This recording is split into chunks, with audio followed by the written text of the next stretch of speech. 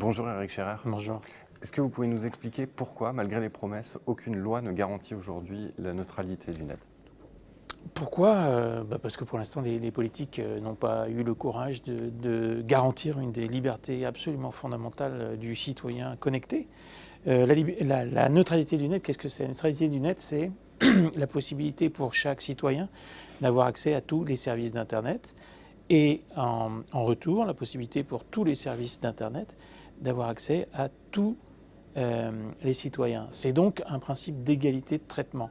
On le présente souvent comme un problème un peu technique, or c'est un problème fondamentalement politique qui concerne les libertés fondamentales des citoyens, puisqu'on touche ici à la liberté d'expression, à la liberté d'information et à la liberté d'innovation.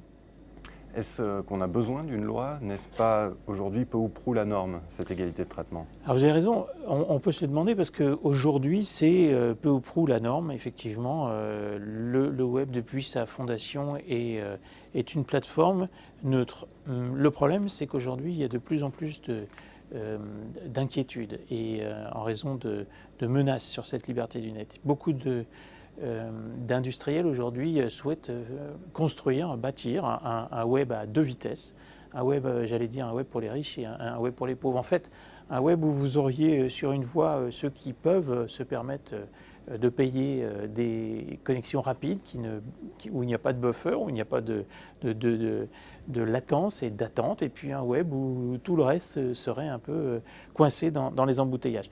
C'est un vrai problème. C'est un vrai problème, et vous voyez aujourd'hui que même des gens comme Tim Berners-Lee le disait la semaine dernière au Web à Paris en décembre. Il exhortait absolument toutes les startups, tous les gens de l'innovation numérique à faire en sorte de protéger cette neutralité des plateformes et cette neutralité du net.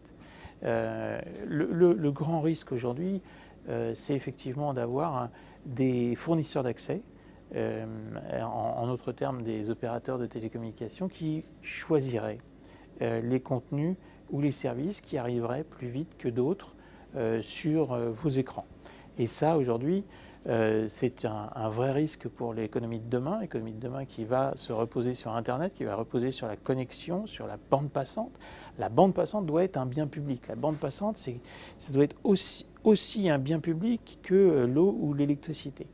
Imaginez 2 secondes que votre fournisseur d'électricité, EDF pour ne pas le nommer, décide quels seraient les appareils chez vous qui seraient alimentés en courant électrique et quels seraient les appareils qui ne le seraient pas.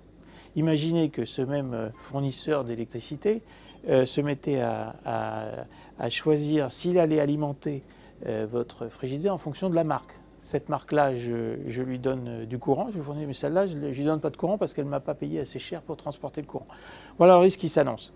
C'est un risque qui s'annonce un petit peu des deux côtés de l'Atlantique, puisque aujourd'hui, la neutralité du net est en danger aux États-Unis, elle est en danger en Europe, et il faut absolument que les citoyens, mais aussi les médias, prennent ce sujet à cœur.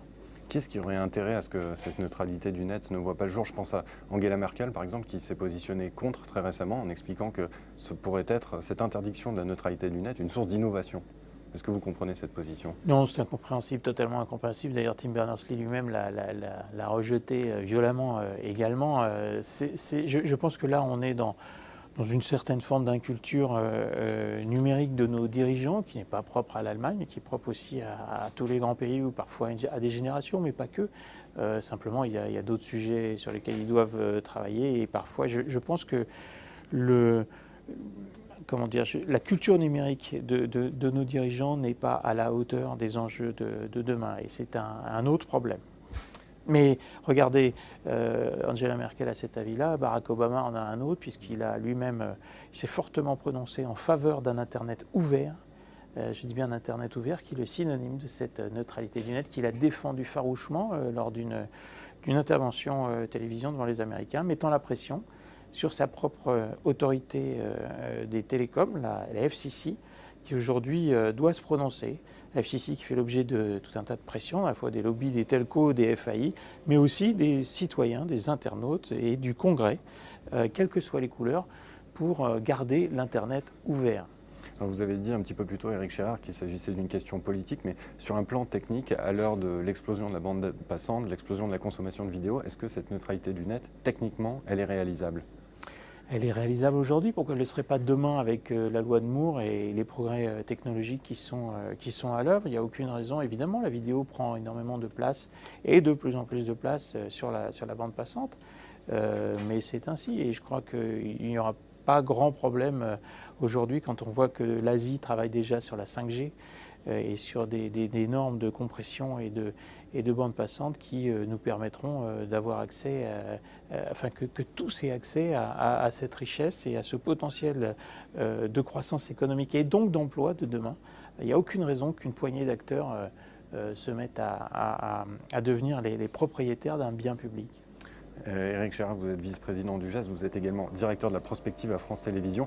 Quel intérêt a une entreprise de télévision comme France Télévisions à défendre cette neutralité du net? Notre intérêt, c'est la liberté d'information, c'est la liberté d'expression, c'est la possibilité, c'est dans notre cahier des charges.